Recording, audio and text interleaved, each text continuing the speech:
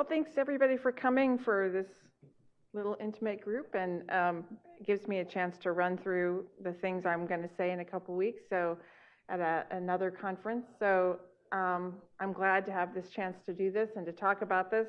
It really is something that when I started doing it, I didn't expect it to take me exactly where it has gone, but I did think that it was a looming problem. And one of the things that I wanted to draw people's attention to with the book, and the book came out in 2012, so it came out a couple years ago, and the thrust of the book was bad things are happening. Bad things are going to come here if we don't hold the line on commercial speech doctrine. There's going to be all sorts of ramifications, unintended consequences from this.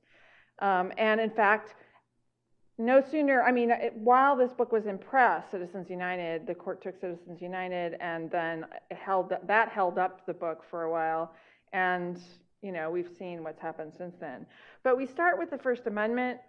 Everybody knows the First Amendment: Congress shall make no law abridging freedom of speech or of the press. And brandishing the First Amendment really talks about two distinct or somewhat distinct areas: commercial speech doctrine and the corporate speech doctrine, or the concept of corporate speech, and how the first really generated the second and gave us the Citizens United and Hobby Lobby sorts of cases.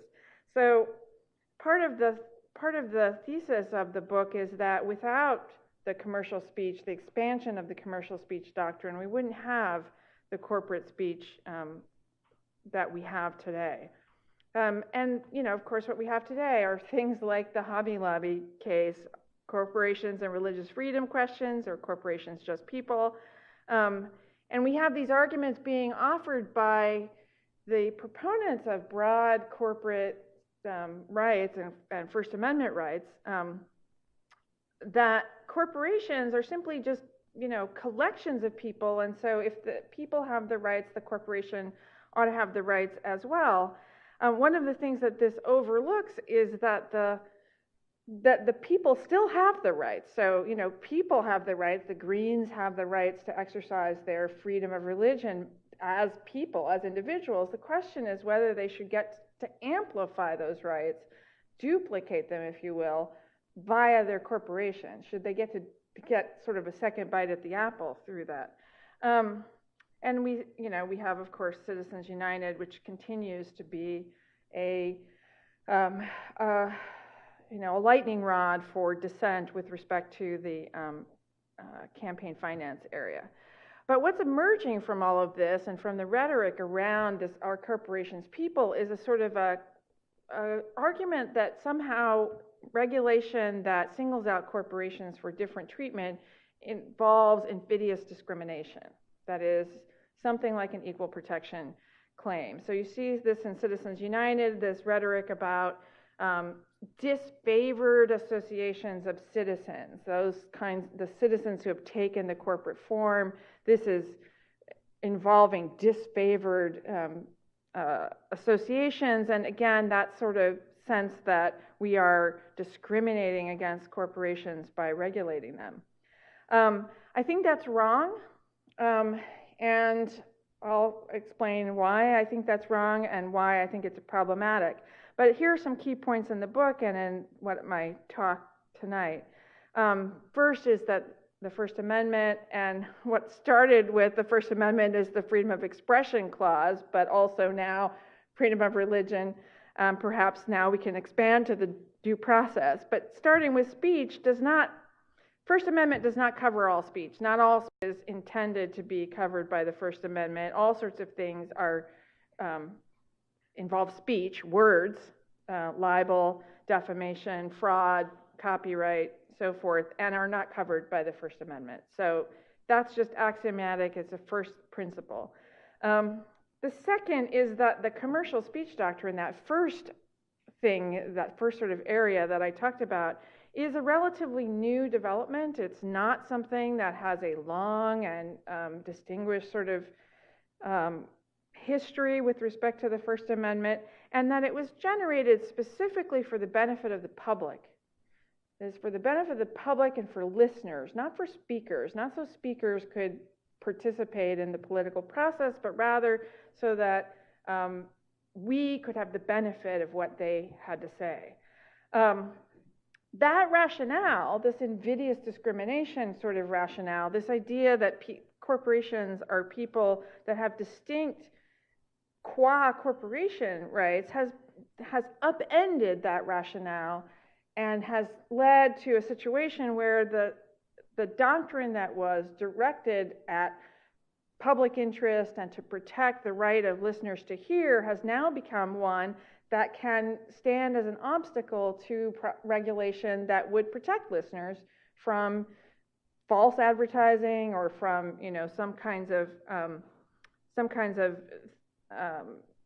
some of the bad consequences from some of the things that otherwise would not be, that would be regulable, by reframing this as an issue of discrimination. I say this is inappropriate because corporations are not an invidious, not a distinct and insular minority. This is not an invidious singling out of some minority on the basis of their status, but rather they are a fictitious entity, right? So they are not human beings. And the whole rationale for the court as a counter-majoritarian institution to interfere with validly passed legislation by our elected representatives in cases like Brown has been that these minorities will not ever be able to put together the political power to protect their rights, and that we need to protect the rights of the minorities who cannot get that sort of political power but through the courts, and that the courts are justified in using this power to strike down legislation.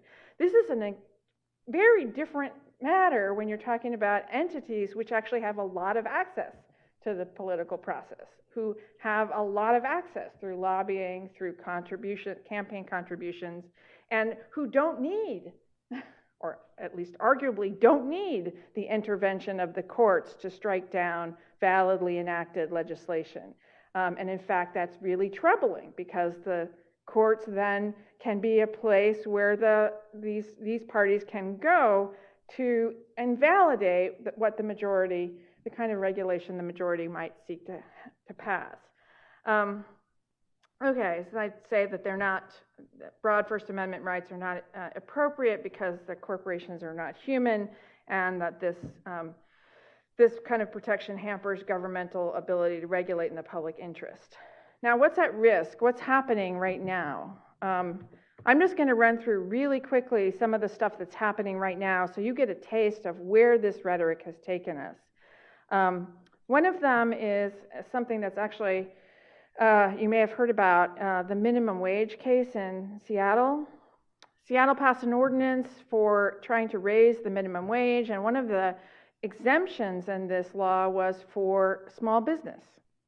But they defined small business to exclude franchise businesses. So franchise businesses were considered big business or large businesses subject to the new minimum wage law under the Seattle ordinance.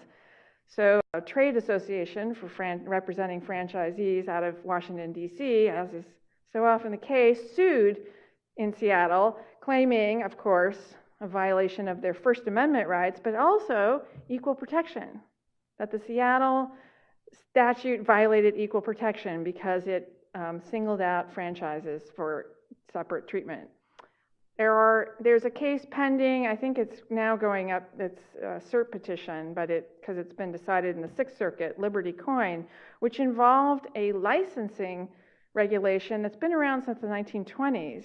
This was a licensing regulation that required businesses that deal in precious metals to get a license. There are all sorts of licensing requirements, hairdressers, lawyers. They needed to get a license from the state in order to deal in precious metals. What is the purpose of this regulation? Well, the main purpose, or ostensible purpose, is an anti-fencing to try to keep an eye on all those outlets that might be serving as a fence for stolen property. So if you deal in this sort of thing, you need to get a license from the state. Somebody noticed that Liberty Coin that sold Delton coins didn't have a license. They complained. A regulator was sent out. Yes, indeed, they don't have a license, and they are dealing in these sorts of precious metals. And so they were cited. Liberty Coin resisted the citation and then brought suit on the grounds that the statute violated the First Amendment. Why? Because it talked about holding oneself out to the public. That's the language that they keyed off of. Holding yourself out to the public is, speech. This is an unconstitutional regulation.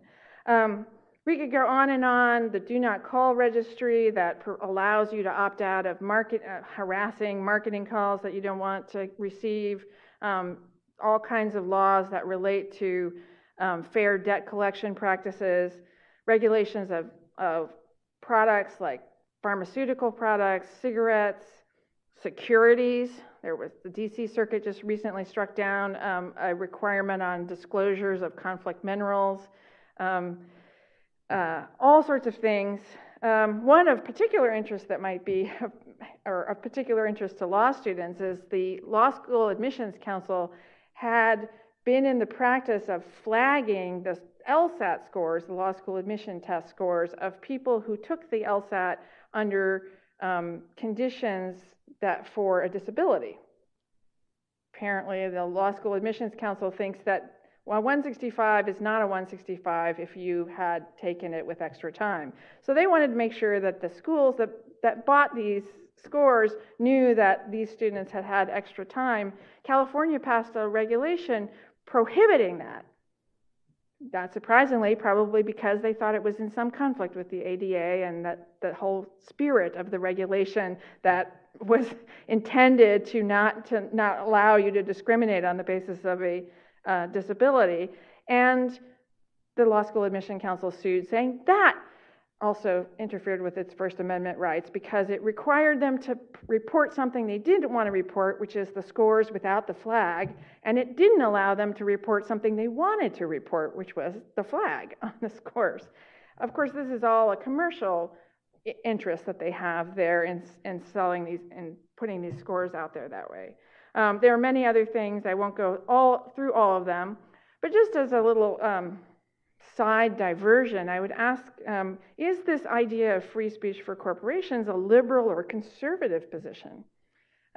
Today, that answer seems really easy. It seems easy to answer. Everyone knows if you're conservative, you're for, robust corporate free speech. It's interesting to me how that happened, because when we look at the definition of conservative, of course, we can see that conservative typically means being cautious about change or innovation. And as I said, this commercial speech doctrine is an innovation dating back to the 1970s. But through most of the 20th century, we had a really strong sort of separation in conservative and liberal thought, I think, between market and non-market activities. So if somebody had suggested the sort of Hobby Lobby idea, 50 years ago, I think it would have been received very differently. We see this reflected in this statement by Milton Friedman, for which he's very famous, responding to the corporate social responsibility idea, this idea that there's only one social responsibility of a business, that's to use its resources to engage in profit-making activity, and as long as it stays within the rule of the game, then it is being socially responsible. That's what its responsibility is. Well, all the action is in this part here. So as long as it stays within the rules of the game, that's what we're trying to decide. What ought to be the rules of the game with respect to something like First Amendment? Here is a quote from a Supreme Court justice about this development to extend these rights. And He says, I remain of the view that the court unlocked this Pandora's box when it elevated commercial speech to the level of traditional political speech by according it First Amendment protection in Virginia pharmacy. In a democracy, the economic is subordinate to the political, a lesson our ancestors learned long ago and that our descendants will undoubtedly have to relearn many years hence. I often get accused, or I get accused by some of my critics of being just against capitalism and against, free enterprise and just kind of somehow like communistic or something. The author of this little phrase here was that well-known communist, Chief Justice Rehnquist.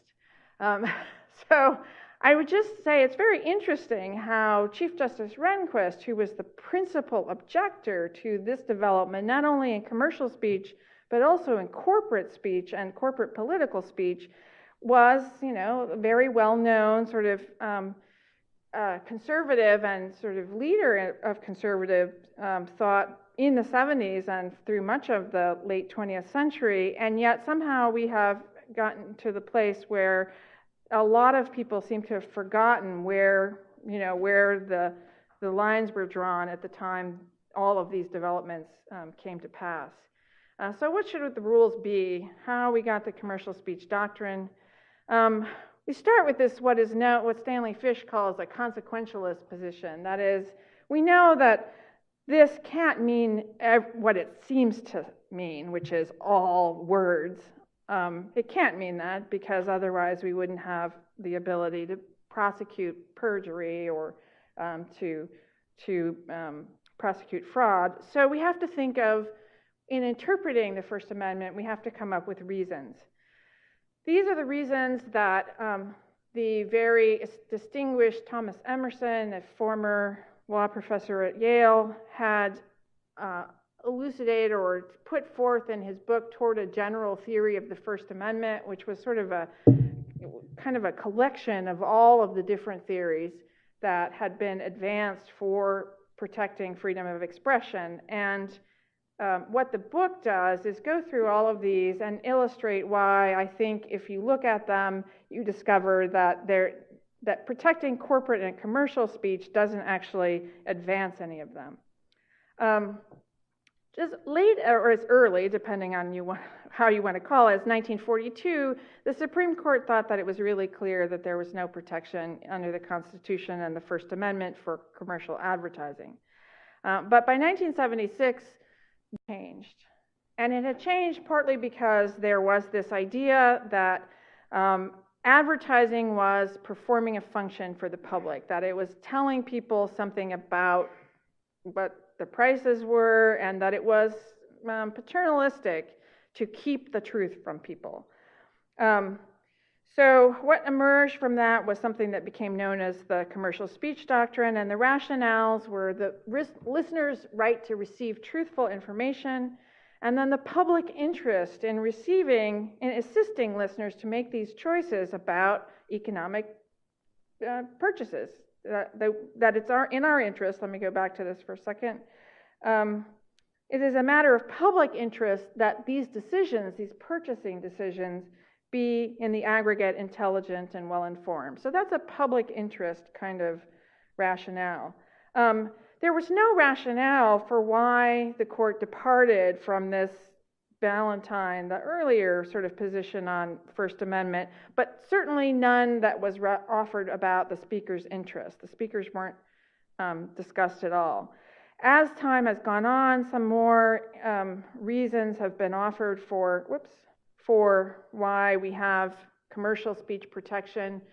And, I'm not going to go through all of them here, but you can see that they tend to cluster around this idea of the benefit to the public, the benefit to listeners, rather than any benefit to the speaker. And, in some sense, that's pretty easy to understand why. The benefit to the speaker is very clear. The speaker wants to sell stuff.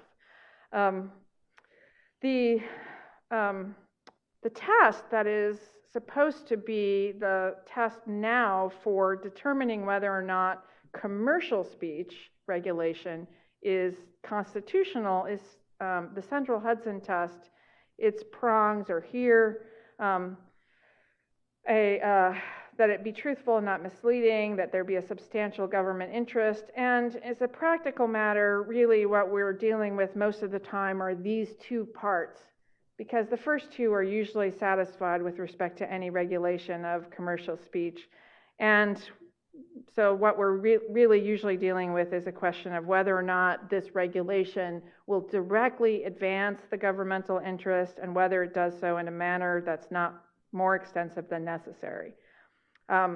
Over time, that test and those two prongs has moved from something that was known as intermediate scrutiny, so harder to satisfy than rational basis for those of you who remember your con law, but easier than strict scrutiny. So something right in the middle, hence intermediate. And so now what we have is a situation where actually it's very little gets past the Central Hudson.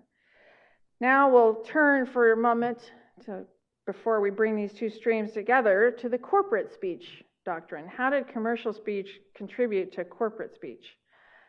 Well, about 2 years after the Virginia pharmacy decision, a case was brought, Bellotti, First National Bank of Boston versus Bellotti, in which the First National Bank of Boston wanted to challenge a Massachusetts law that did not allow them to contribute to a political, did not allow them to advertise about a political issue. It was a referendum.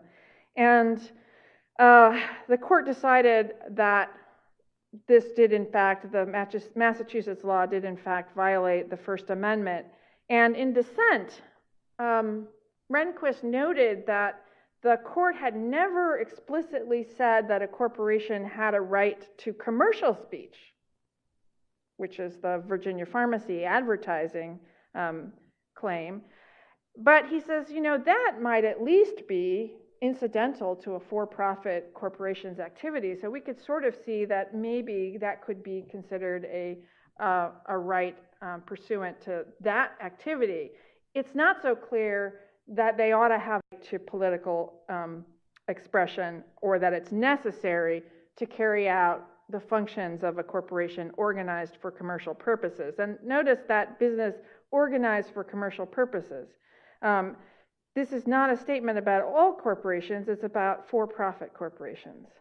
But what you see from the majority is this sort of language that sounds like something like discrimination, that it perceives in the Massachusetts statute something that sounds discriminatory. So it tells us that the inherent worth of the speech, in this case the political speech, in terms of its capacity for informing the public, does not depend upon the identity of its source, whether corporation, association, union, or individual. Notice again the focus on the public benefit, that this is for you. This is not for the speaker. This is for you. This is for you to benefit from First National Bank of Boston's participation in this debate.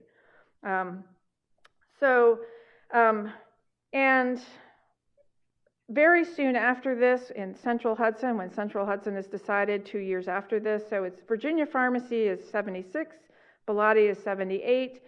In the next commercial speech case, we see Bellotti, which is not about commercial speech, being cited in a commercial speech case, and we see that this citation, the First Amendment's concern for commercial advertising, is based on its informational function and cite to Bellotti. So this idea that the political speech is being protected for its informational function as well. And this is a little timeline you can see of the notable cases in the First Amendment commercial speech, corporate speech. Almost nothing's happening until the late 70s, and then all of a sudden we have this big cluster. And since this stops in 2011, I would need to extend it out a lot more for all of the stuff that's been happening lately.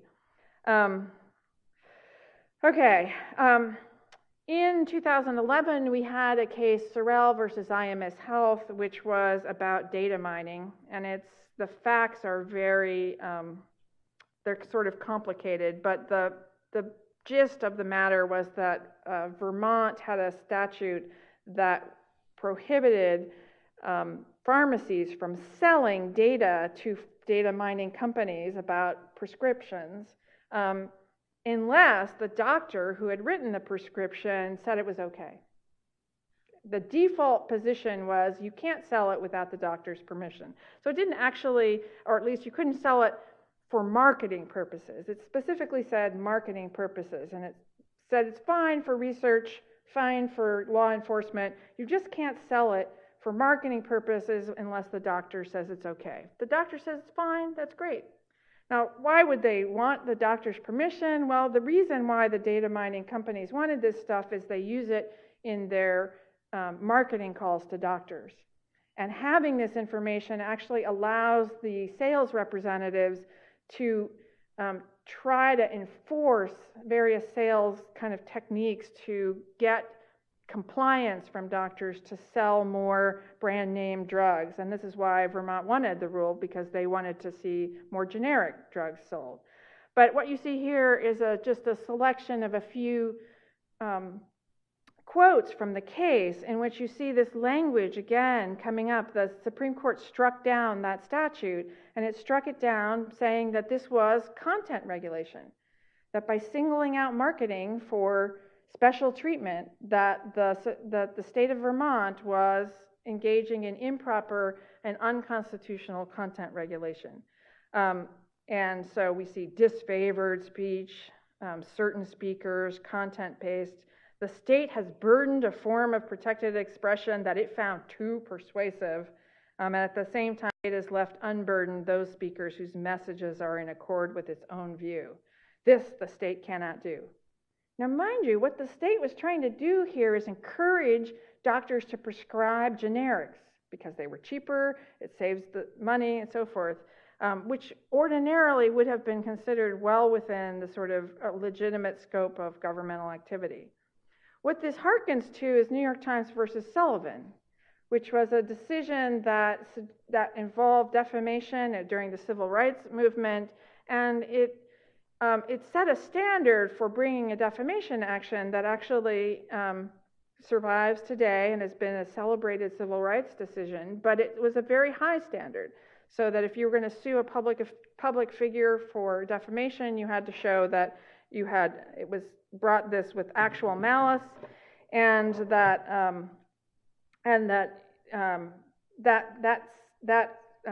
standard actually made it very hard for plaintiffs suing public figures, or for public figures who were plaintiffs who were public figures to sue for defamation, because it was very hard for them to meet this standard. So we see some of that same sort of rhetoric in Sorrell in 2011, where the court says, yeah, this may mean that you're going to get some of your data sold when you don't want it sold. You may have to endure marketing calls or marketing reps who know stuff about your prescription practices that you would prefer they not know, but that's just the breaks. This is a necessary cost of freedom, is to endure this sort of thing. As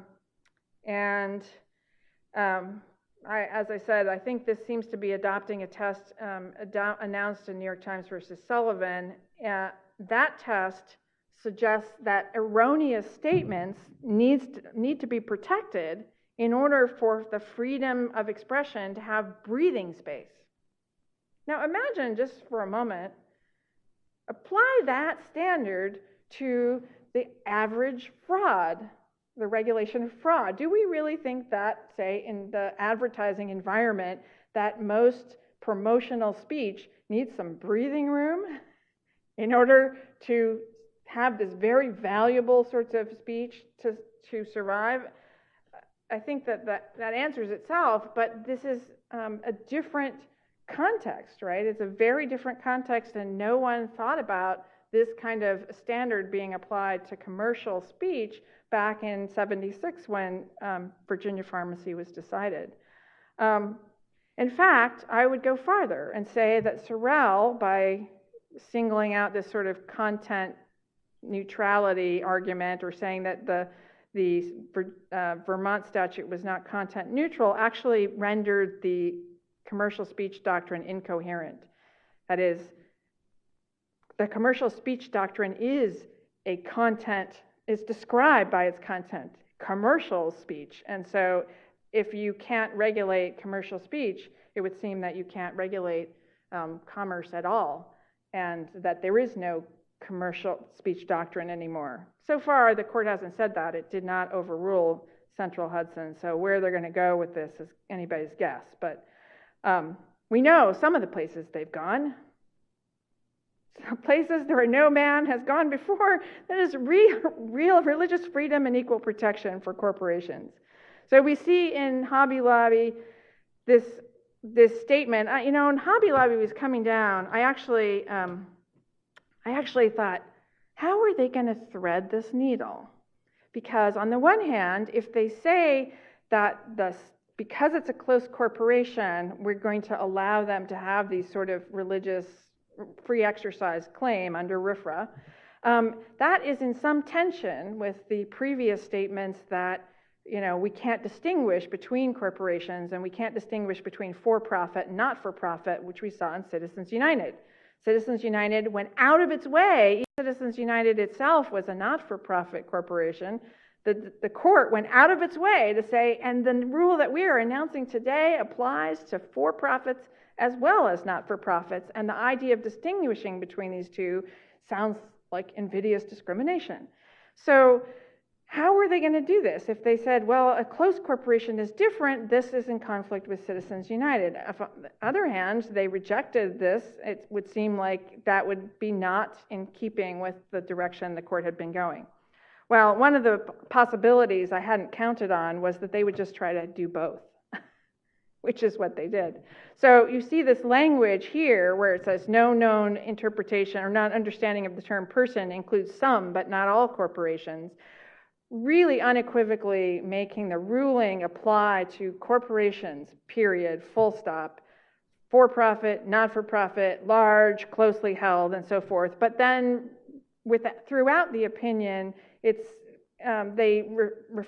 majority refers to Hobby Lobby, and the parties before its status as being closely held, as if that fact was a fact that distinguished it or made a difference. And in fact, if you notice from the reporting of the case, the vast majority of journalists reporting on Hobby Lobby said the new rule applies to closely held corporations.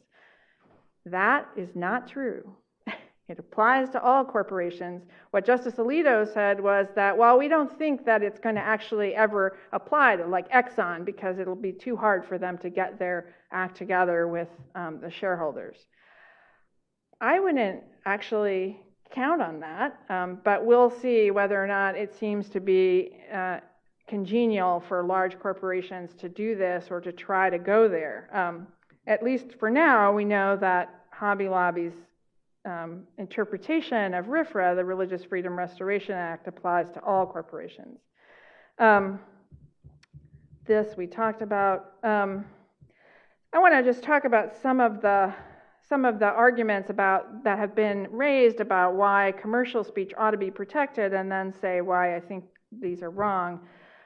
First is this idea that marketing is critical to market function. We saw that in Virginia Pharmacy. I would say truthful information is critical to market function. False information may be critical to sales, to the entity that's wanting to promote that product through false information, but it's not a public interest. The rest is false information is noise. And from the standpoint of proper market function, we actually don't want to have noise. We want to minimize noise. Also, we know that protecting marketing as information requires us to adopt a somewhat loose definition of the word information, since a lot of marketing doesn't have any qualities of what we ordinarily would think of as information. A lot of it's motivational, emotive, symbolic. A great deal of it is puffing, that is, claims that according to the case law, contract law, no rational person should believe, therefore you can't recover for it. if it turns out to be false. And false or misleading statements are obviously not informational. So I would ask, how does protecting this noise, that sort of, you take the New York Times versus Sullivan standard and you apply it to commercial speech and say, how does this protect autonomy or contribute to personal autonomy or the functioning of the market? I would suggest not much. Particularly if we look at, again, the sort of definition coming from the industries about what constitutes information. This is a famous quote from the tobacco litigation, announcing their sort of aim in distributing sort of doubt op-eds and so forth. Many of the targets of proposed legislation are actually children, because a great deal of advertising is directed at children without the intermediary of their parents. Anything that's got cartoons, bright colors, is speaking directly to kids. And people are beginning to get a little bit less sanguine about that than they used to be, but as consciousness rises, it also is encountering this First Amendment defense. A great deal of marketing is intended to shape consumer choices without engaging rational thought. Again, that doesn't seem very autonomous.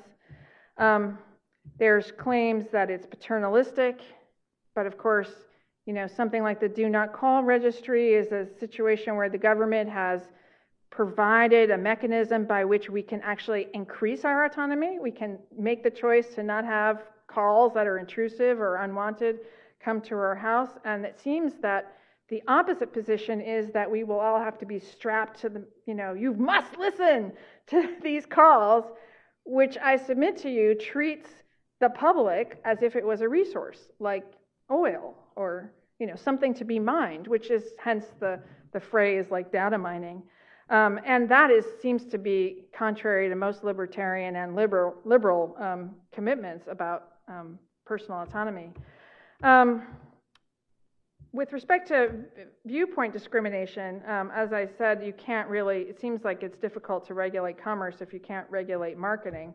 And the idea that corporations are persons that have some sort of personal need to express themselves seems to me to be a category mistake and not consistent with the reasons why we protected First Amendment in the first place.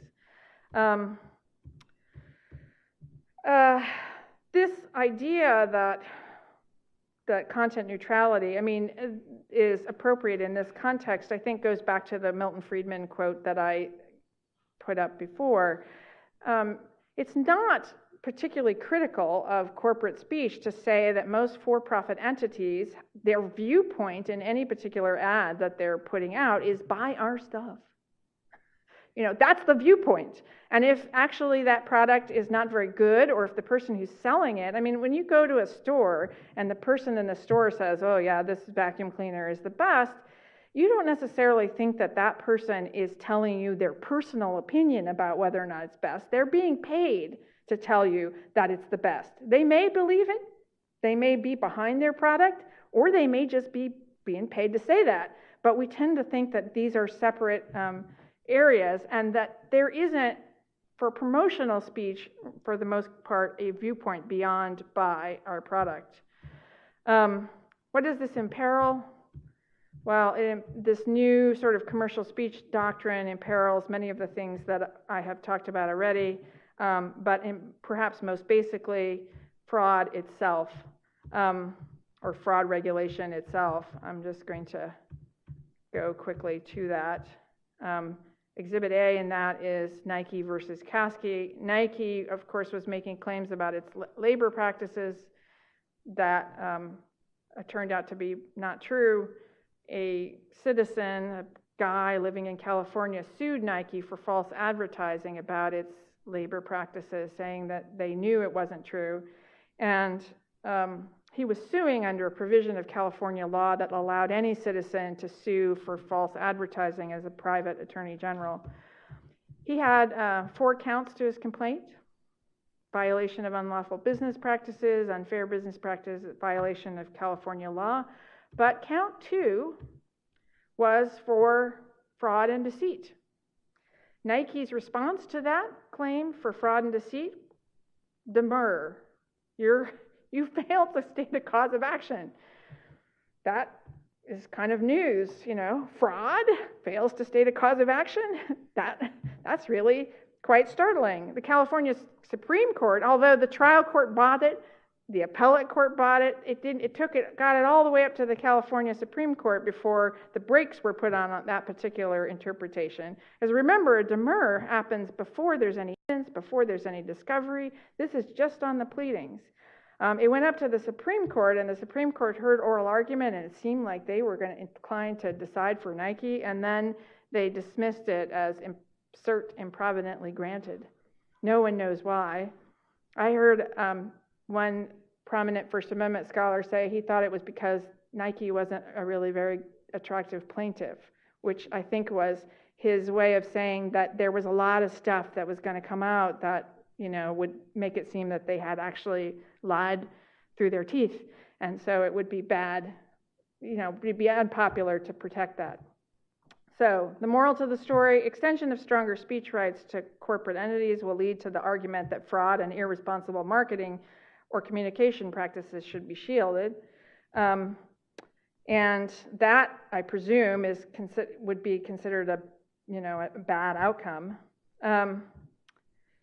I would ask, what's of greater importance, the health and well-being of nation's children now and in the future? Or we could, say that I talk in the book about the environment, because green claims are a big part of this, whether or not something actually is environmentally sound. The economy, a lot of the failure of the economy in 2008 there was a lot of promotional speech to which we can attribute some of that failure, particularly in the securitized mortgages. And so, this development will make it harder to regulate all of those things. One role of the legitimate role of government is that it is to pass laws to help us do, as a group, what we cannot do individually. For large institutional marketing efforts, for these data mining efforts, things like that, invasions of privacy, any individual is not well placed to be able to make a change in that environment. This requires governmental action. And this quote is, of course, from Abraham Lincoln. And I would submit the Constitution should not be viewed as a suicide pact. We are not committed to sort of a consistency of interpretation that says, oh, well, I guess if we're committed to content neutrality, then we have to apply it regardless of whether it makes sense or it has, terrible consequences down the road. And I think for purposes of our democracy, as well as some of the sort of more concrete problems like the regulation of securities or of pharmaceutical drugs, or what's coming up is medical marijuana, so forth. The ability of the government to regulate all of these things is very important. And that is it. Thank you.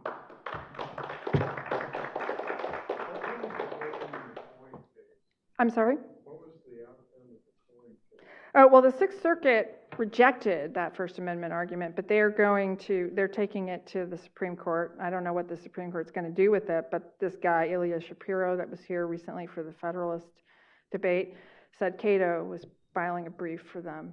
So, one of the things I don't have here, but you can see if you look at this development in the late 20th century of this argument about corporations are people too, and this idea that we're invidiously discriminating against corporations, is just an avalanche of law review articles written by people from think tanks like Cato, or lawyers in practice who are writing them, and presumably writing them as a matter, means of business development or for a client. They're being paid to write them, which is a little bit different.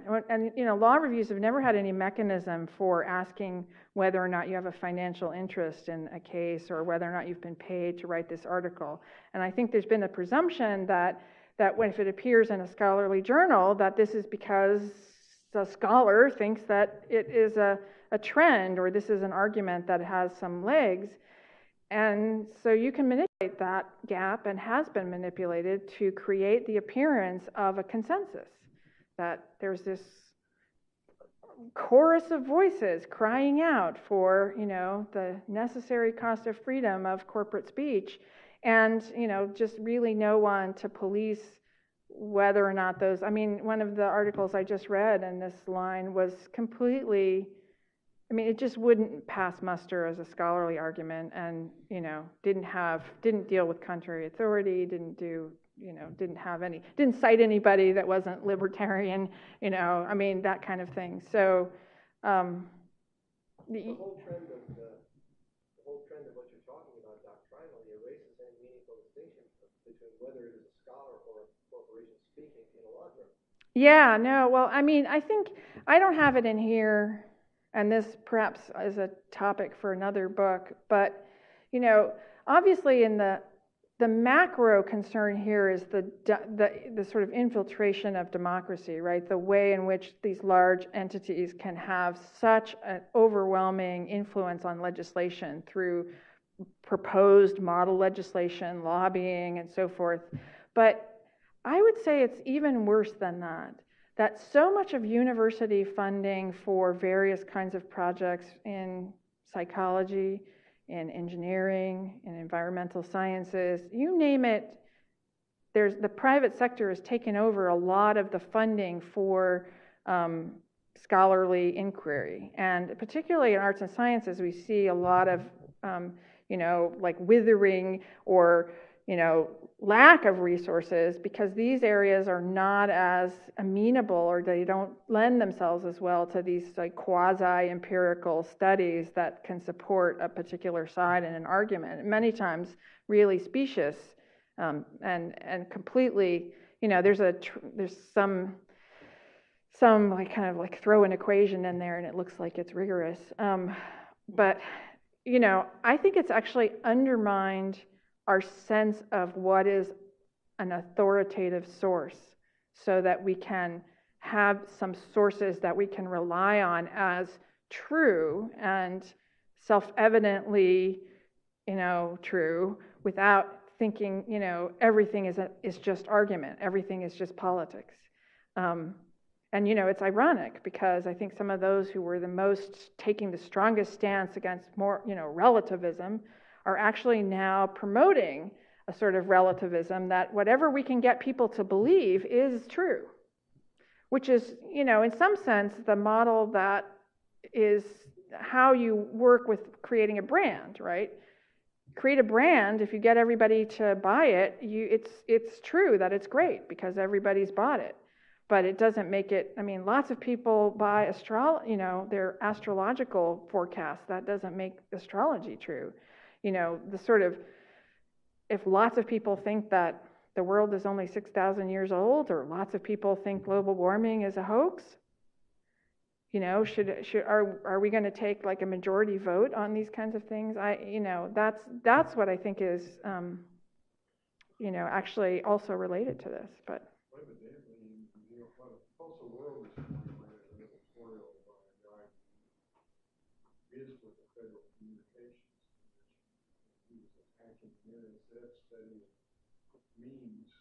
And it was studied to collect memes coming through Twitter to see how they affected people's attitude. right. And the stated goal was to try to figure out how to avoid, for lack of a better word, harmful ideas coming through this way. Right. This guy's bottom line is except for that, you decide what's harmful or not.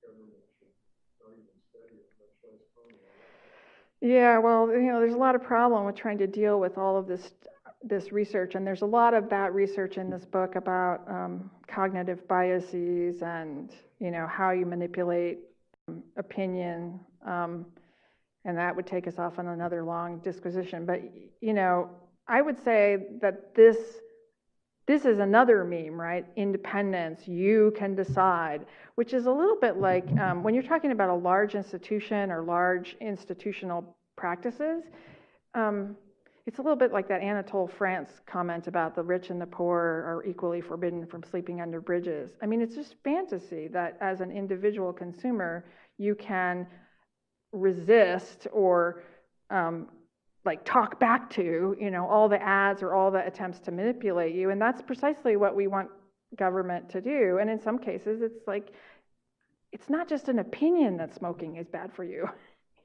It's really actually a fact. So that would seem to fall into the category, unlike, say, communism.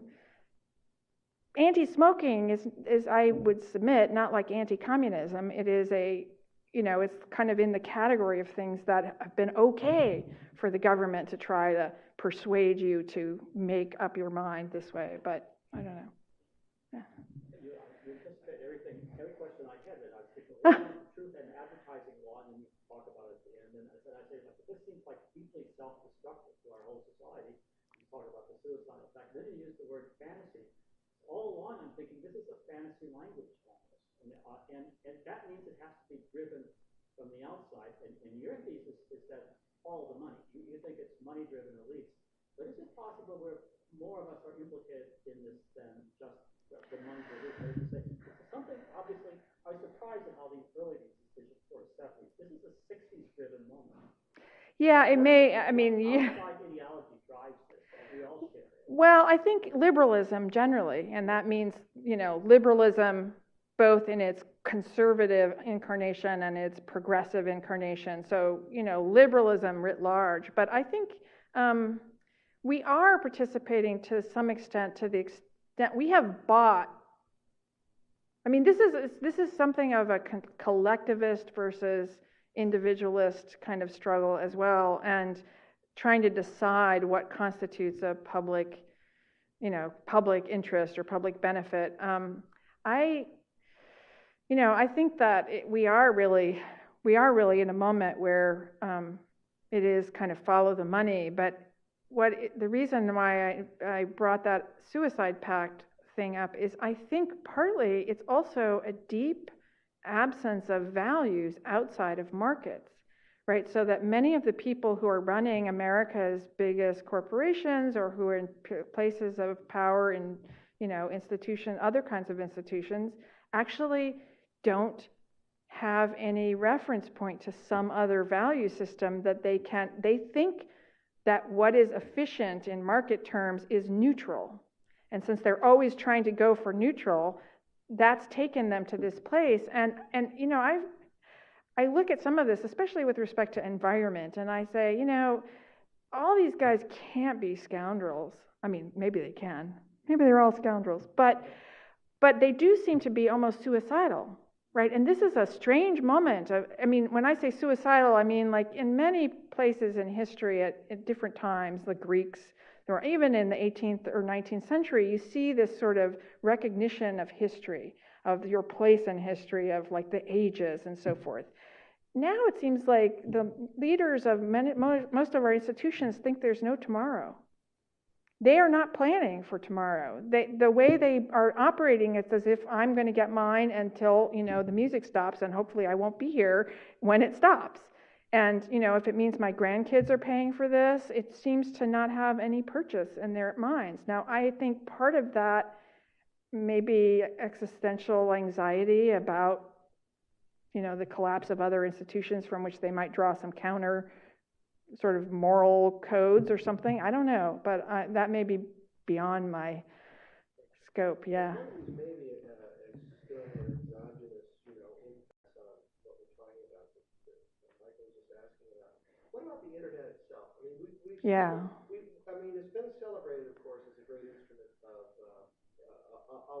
being able to deliver to your home, the kind of ideal that Alexander Bickel and others have seen as political speech. Right. But also with the internet and digital, we come to talk about all forms of expression as sort of content, as kind of information. There's this kind of undifferentiated, as it were, celebration of content. Has that come in some ways to erode our sense of distinction among what is valuable speech, what is less valuable speech, and how to rank these and do something about the ranking. Yeah, I mean, I think, again, this is tied up to Michael's question, right? Because, like, if you think, let's take, for instance, the problem of no good, the death of newspapers, right? Or the near death of newspapers, and newspapers being a diminished source of reliable information. Part of that is the business model. So, like, follow the money. Like, they can't get enough subscribers, and they can't create this content. So you might want to say, well, the problem is they're running on a for-profit model. We need to subsidize them. But as soon as you start saying the government should subsidize the newspapers, then you see some of the problem of like a house organ or like a governmental mouthpiece or something. Yeah, we did have some of that in the original, in the founding. But notice that this problem actually doesn't go away because it just gets displaced to Google. So Google has to make these sorts of distinctions. So like if they really were totally neutral about how the algorithms worked, like all kinds of stuff, more cat videos would come up, like I don't know what. So they have to make content decisions about what they're going to rank more heavily than others so that when you put a search in, the New York Times and the Washington Post and some of the more reputable sources come up first. And they've been, sort of criticized on that. But in spite of their efforts to try to make the content better, what we see, a lot of what's on the internet is porn, cat videos, unreliable information. Like I think it was Cass Sunstein who talked about in Republic.com that we're all in our like little silos. And now there's psychological research that suggests that actually trying to reason with people makes them harden in their in their position. So maybe that suggests, and I've heard people argue that suggests we should forget about trying to educate people, because if we talk to them about the evidence, they actually will just become more attached to that. So it's very disturbing. And I don't know, but there are definitely architecture issues with the internet, and I don't really know the answer to all of your question. We have been talking about that in the privacy seminar too, and the ways in which privacy is privacy invariably a good thing, or can it be antisocial sometimes? Can it be a way in which people can hide bad stuff?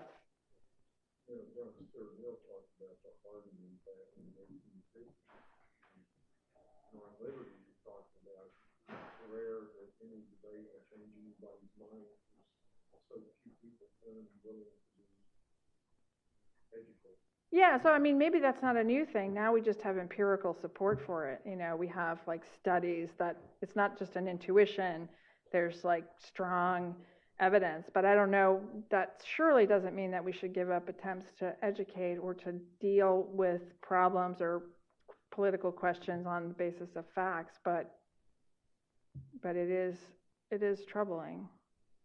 So what's the likelihood, do you think, of the Supreme Court changing position, especially in light of what we've discovered about their adopting untested, unverified information directly out of amicus?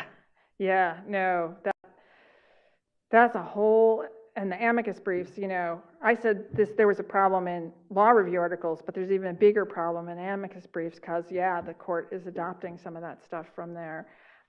Actually, surprisingly enough, I think maybe pretty good, because all you need to do is change one person's vote. If Justice Kennedy's can be moved off of his Sorrell position, you're reversing a lot of this. I mean, he's the pivotal key vote, and we've had a couple of decisions. Most notably, the stolen valor case, in which the court made all these grand pronouncements about even false speech has some First Amendment value, rejecting dicta from its earlier decisions, saying there was no First Amendment value in false speech. We just protect some of it because, a la New York Times versus Sullivan, we have to get to the good stuff. Well, along comes the Palm Wonderful case, and Palm Wonderful and Coca-Cola, and Coca-Cola has this like pomegranate blueberry juice that's got like 2% pomegranate juice or something in it, and they're trying to say that this is a violation. I mean, they're being sued under the Lanham Act, which allows competitors to sue each other. Very telling that consumers can't do this, but the competitors, as a false advertising case. And it seemed like in the questioning in that case, Palm Wonderful won, that Justice Kennedy seemed to suddenly awaken to the dangers of false advertising. So now if we can just fan the flames on that false advertising and push it out to some other places. I'm really trying to focus on thinking about how illiberal, from a libertarian standpoint, a lot of these organizations that are pushing this are libertarian, but the idea that we should all be subjects for psychological research, which marketing basically is. Marketing just goes out there and then sees what happens. How does it affect you? And they gather this evidence, and then they change the marketing pursuant to what happens. So it's like one giant unregulated, psychological experiment. And I think, maybe if we can get him to see it that way, get him to see, this idea that he promoted in Sorrell is actually preventing people from expressing their autonomy, from using the government as a tool to be able to control marketing rather than the other way around, and saying, you're just stuck. We're going to stake you out like Gulliver, in Gulliver's Travels, and you're going to we'll pick your bones of your attention, because your attention, your data is valuable, and the eyeballs, to get, yeah. It seems like that the falsity, right, protecting false speech, protecting fraudulent speech, seems like the best candidate for getting the court to draw back.